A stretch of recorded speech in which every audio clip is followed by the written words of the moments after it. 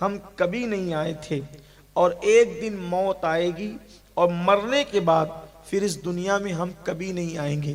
یعنی یہ پہلا اور آخری موقع ہے، فرسٹ اینڈ لاسٹ۔ ہمیں ایک ہی چانس قدرت نے دیا ہے کہ تمہیں ہم نے ایک مرتبہ کے لیے پہلی اور آخری مرتبہ اس دنیا کے اندر بھیجا ہے۔ اللہ نے دنیا میں ہم سب کو، کیونکہ ہمارے مذہب کی تعلیم یہ نہیں ہے کہ مرنے کے بعد پھر کوئی اور جنم ہوگا، پھر کوئی اور جنم ہوگا، یہ نہیں ہے، ایک ہی جنم ہے، اس کے بعد پھر ہمارے لیے اسلام میں کوئی دوسرا جنم نہیں ہے۔ ہم ایک ہی مرتبہ پیدا ہوتے ہیں اور ایک ہی مرتبہ دنیا سے جاتے ہیں، پھر پلٹ کر دنیا میں پھر کبھی واپس نہیں آنا ہے۔ یہ پہلی اور آخری مرتبہ ہم اور آپ دنیا میں آئے ہیں، اور اب اس دنیا میں آئے ہیں تو اس دنیا میں آنے کا مقصد کیا ہے؟ اس دنیا میں کیوں آئے ہیں؟ کیا ہم اس دنیا کے اندر صرف کھانے کے لیے آئے ہیں؟ اس دنیا میں صرف سونے کے لیے آئے ہیں؟ اس دنیا میں کاروبار کرنے کے لیے آئے؟ صرف اس دنیا کے اندر شادی بیاہ کرنے کے لیے آئے ہیں؟ دنیا میں کیوں بھیجا اللہ نے؟ اللہ نے دنیا میں کیوں بھیجا؟ اس کا مقصد کیا ہے؟ تو قرآن ارشاد فرماتا ہے الذی خلق الموت والحیات لیبلوکم ایکم احسن عملا، کہ ہم نے زندگی اور موت کو پیدا کر کے تمہارا امتحان لیا، تمہیں آزمایا، تمہیں جانچنے کے لیے ہم نے موت اور زندگی کو پیدا کیا کہ کون تھوڑی سی زندگی کو پا کر اچھا عمل کرتا ہے۔ اس دنیا کے اندر جو ہم آئے ہیں اچھی عمل کرنے کے لیے، نیک عمل کرنے کے لیے، اللہ کو راضی کرنے کے لیے آئے ہیں۔ میرے پیارے آقا صلی اللہ علیہ وسلم کے پیارے دیوانوں، اب اس دنیا میں آئے ہیں کیوں؟ نیک عمل کرنے کے لیے۔ احسن عملہ قرآن کہتا ہے، حسن نہیں بلکہ احسن، بہت اچھا عمل کرنے کے لیے آئے ہیں۔ اب اس دنیا سے ہم جب جائیں گے، ہم دنیا میں آئے تھے تو ننگے آئے تھے، دنیا سے جائیں گے تو کفن پہن کر جائیں گے، یعنی دنیا میں آئے تھے تو کچھ لے کر نہیں آئے تھے، مگر دنیا سے جائیں گے تو کچھ لے کر کے جائیں گے۔ کیا لے کر کے جائیں گے؟ ہم اپنا کفن لے کر جائیں گے، اور اس کفن کے اندر دو چیزیں اور ہوگی۔ کفن سب کو نظر آتا ہے، لیکن وہ دو چیزیں کسی کو نظر نہیں آتی۔ وہ چیزیں صرف لے جانے والے کو نظر آتی ہے یا فرشتوں کو نظر آتی ہے۔ اللہ اکبر!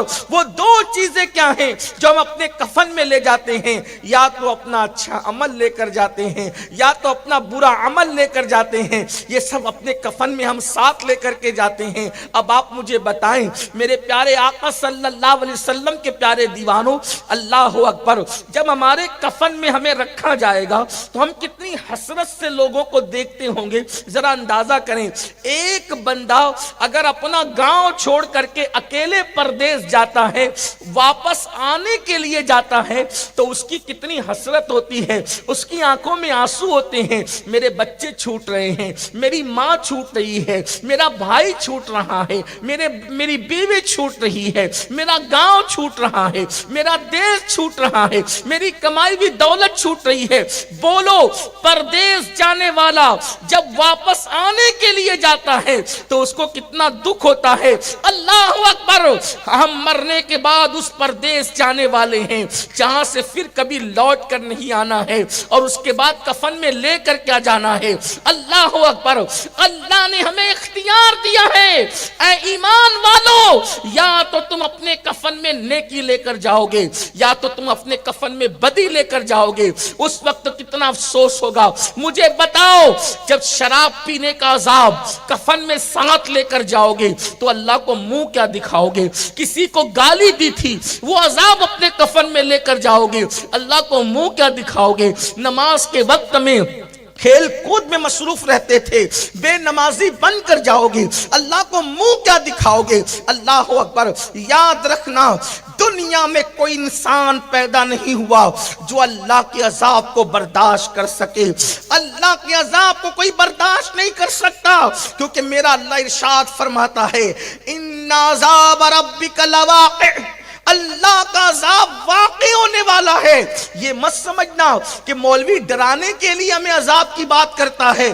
عذاب کی بات مولوی ڈرانے کے لیے نہیں کرتا، یہ مولا کا فرمان ہے، اللہ کا عذاب واقعی ہو کر رہے گا۔ اور پھر قرآن کہتا ہے ما لہو من دافع، اللہ کے عذاب کو دنیا کی کوئی طاقت تم سے دور نہیں کر سکتی۔ جس کو اللہ عذاب دینے کا فیصلہ کر لے اس کو اللہ کے عذاب سے دنیا کی کوئی طاقت نہیں بچا سکتی۔ جانتے ہیں آپ، اللہ اکبر، جن کو جنت کی بشارتیں ملی تھی وہ لوگ جب یہ آیت سنتے تھے تو ان کی کیفیت کیا ہوتی تھی؟ ایک مرتبہ ایک قاری قرآن اس آیت کی تلاوت کر رہا تھا، ان عذاب ربک لواقع، اللہ کا عذاب واقع ہونے والا ہے، ما لہو من دافع، اور اللہ کے عذاب کو کوئی دور نہیں کر سکتا۔ اس وقت جب یہ آیت کریمہ امیر المومنین سیدنا عمر ابن خطاب کے کانوں میں پہنچی، وہ امیر المومنین جس کے لیے میرے آقا نے فرمایا میرے بعد کوئی نبی ہوتا تو عمر ابن خطاب ہوتے، لا نبی بعدی، مگر میرے بعد کوئی نبی نہیں ہے، وہ عمر ابن خطاب جس کے لیے میرے آقا نے فرمایا کہ اللہ اکبر، عمر کو زمین والوں سے زیادہ آسمان والے پہچانتے ہیں۔ اللہ کے رسول صلی اللہ علیہ وآلہ وسلم نے جس فاروق اعظم کی شان بیان فرمائی، جب یہ آیت کریمہ ان کے کانوں میں پہنچی، فاروق اعظم بے ہوش ہو کے زمین پہ گر پڑے، بے ہوش ہو گئے اللہ کے عذاب کی آیت سن کر، اور 3 دن تک فاروق اعظم بیمار رہے۔ آپ سے میں پوچھنا چاہتا ہوں، آج ہم نے اپنی زندگی کو گناہوں کے لیے وقف کر دیا، آج ہم جب عذاب کی آیتیں سنتے ہیں، ہم جب اللہ کے عذاب کا ذکر سنتے ہیں، ہم ہنستے ہیں، کیا باتیں ہو رہی ہیں، لیکن ایک دن موت ہے۔ اور یہ بات یاد رکھنا، موت صرف بوڑھوں کو نہیں آتی، موت جوانوں کو بھی آ سکتی، بچوں کو بھی آ سکتی ہے۔ کیا تیاری کی ہم نے؟ قبر کی تیاری کیا کی؟ ہم نے اپنے کمروں میں تو اے سی لگائی ٹھنڈک کے لیے، قبر میں ٹھنڈک کے لیے کیا کیا؟ ہم نے اپنے گھروں میں تو لائٹ لگایا اجالے کے لیے، قبر کو روشن کرنے کے لیے ہم نے کیا انتظام کیا؟ یاد رکھنا، اللہ کا عذاب بڑا دردناک ہے، اور اللہ جس کو عذاب دے، اللہ اکبر۔ آئیے میں آج چونکہ میرے احباب نے حکم کیا ہے تو میں اللہ کے عذاب پر گفتگو کروں کہ کن لوگوں کو اللہ کیسے عذاب دیتا ہے۔ آئیے، اللہ اکبر، میرے آقا صلی اللہ علیہ وسلم کے دیوانوں، اللہ کے حبیب، ہم سب کے آقا غیب دا نبی صلی اللہ علیہ وآلہ وسلم ارشاد فرماتے ہیں کہ جب کسی بے نمازی کو اس کی قبر میں رکھا جاتا ہے جس نے نماز نہیں پڑھی، آج یہ بات عام ہے، جب نماز کا ذکر ہوتا ہے لوگ سوچتے ہیں یہ تو مولوی صاحب کی بات ہے کہ وہ تو نماز کا ذکر کریں گے، مگر ایک بات یاد رکھیں، نماز چھوڑ کر کوئی سچا مسلمان ہو ہی نہیں سکتا۔ مسلمان بننے کے لیے نماز ضروری ہے۔ حضور اکرم صلی اللہ علیہ وآلہ وسلم کے صحابہ کہتے تھے کہ ہم نبی کے دور میں مسلمانوں کو نماز سے پہچانتے تھے کہ جو نماز پڑھتا ہے وہ مسلمان ہے، جو نماز نہیں پڑھتا وہ مسلمان نہیں ہے۔ یہ بات ہے۔ بڑے پیر کی 11ویں کرنے والوں، ہم کہتے ہیں غوث پاک کی 11ویں ہم کرتے ہیں، کبھی سوچا اگر نماز نہیں پڑھتے تو غوث پاک اس کو قبول بھی کرتے ہیں کہ نہیں کرتے؟ میں نے غوث پاک کے ملفوظات میں یہ بات پڑھی، پتہ نہیں لکھنے والے نے کہاں تک انصاف کیا، لیکن یہ بات موجود ہے، دھیان سے سننا۔ غوث پاک بے نمازی سے کتنی نفرت کرتے ہیں۔ غوث پاک کے دل میں بے نمازیوں سے محبت نہیں ہے، بلکہ نفرت کتنی ہے۔ غوث پاک بے نمازیوں کو کتنا برا جانتے ہیں۔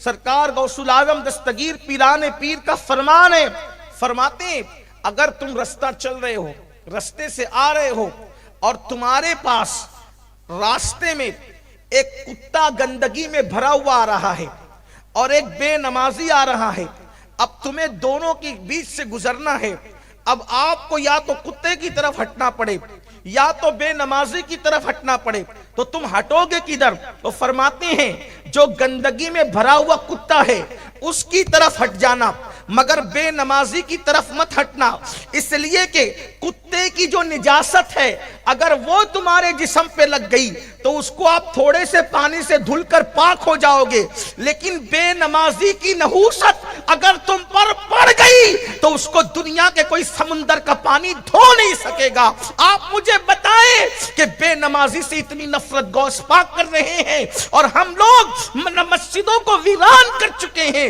ہمارے پاس نماز کے لیے وقت نہیں ہے، دوستوں کے لیے ٹائم، ماں باپ کے لیے ٹائم، کھیل کود کے لیے ٹائم، جوا کھیلنے کے لیے ٹائم، شراب کے اڈوں پہ جانے کے لیے ٹائم، فلمیں دیکھنے کے لیے ٹائم۔ جس رب نے زندگی دی، جس رب نے دولت دی، جس رب نے قوت دی، جس رب نے بولنے کی زبان دی، جس رب نے دیکھنے کی آنکھیں دی، جس رب نے سب کچھ دیا، دھوکہ دینے والے لوگوں کے لیے ہم نے اتنا وقت دیا، لیکن اس اللہ کے لیے جس نے ہر نعمت ہمیں دی، اس اللہ کے لیے ٹائم نہیں۔ آج مسلمان دھڑلے سے کہتا ہے مولانا ٹائم نہیں ملتا نماز کے لیے، واٹس ایپ چیک کرنے کے لیے نماز ہے، واٹس ایپ چیک کرنے کے لیے وقت ہے، فیس بک کے لیے وقت ہے، یوٹیوب کے لیے وقت ہے، کیرم کھیلنے کے لیے وقت ہے، تاش کے پتے کھیلنے کے لیے وقت ہے، ادھر ادھر بیٹھ کر کسی کی غیبت کرنے کے لیے وقت ہے، اللہ کی نماز کے لیے وقت نہیں ہے، اللہ کی عبادت کے لیے وقت نہیں ہے۔ سوچو اس غلام کا حشر کیا ہوگا جو اپنے آقا کی بارگاہ میں حاضر ہونے کے لیے وقت نہیں دیتا۔ جس رب نے سب کچھ دیا اس رب کے لیے ٹائم نہیں اپنے پاس، انجام کیا ہوگا؟ انجام کیا ہوگا؟ سنو، اللہ کرے کسی کے دل میں بات اترے، اپنے حال پہ رحم کر لو، اس سے پہلے کہ ہماری نماز جنازہ پڑھی جائے نمازی بن جاؤ، اس سے پہلے کہ موت کا فرشتہ آ کر ہمارے جسم کا تعلق ہماری روح سے توڑ دے بدل جاؤ، ورنہ پچھتانے کے سوا کچھ ہاتھ نہیں آئے گا۔ یہ بڑے بڑے مکانات، یہ بڑی بڑی کاریں، یہ بڑا بڑا بینک بیلنس، یہ بڑی بڑی جائیداد، یہ کھیتیاں سب یہیں رہے گی، کفن میں کچھ نہیں لے جانا ہے اعمال کے سوا۔ جو کفن میں لے جانا ہے اس کے لیے ٹائم نہیں، جو یہاں پڑی رہ جانا ہے اس کے لیے رات دن محنت، جھوٹ بول بول کے مال کما رہے ہیں، ناپ تول میں کمیاں کر رہے ہیں، لاٹریاں کھیل رہے ہیں، جوا کھیل رہے ہیں، سود کھا رہے ہیں۔ جو سب چھوڑ کر جانا ہے اس کے لیے رات دن محنت، جو قبر میں لے جانا ہے اس کے لیے کوئی محنت نہیں۔ تو اپنے سچے نبی نے فرمایا، میری ماں اور بہنوں کی بھی خاص توجہ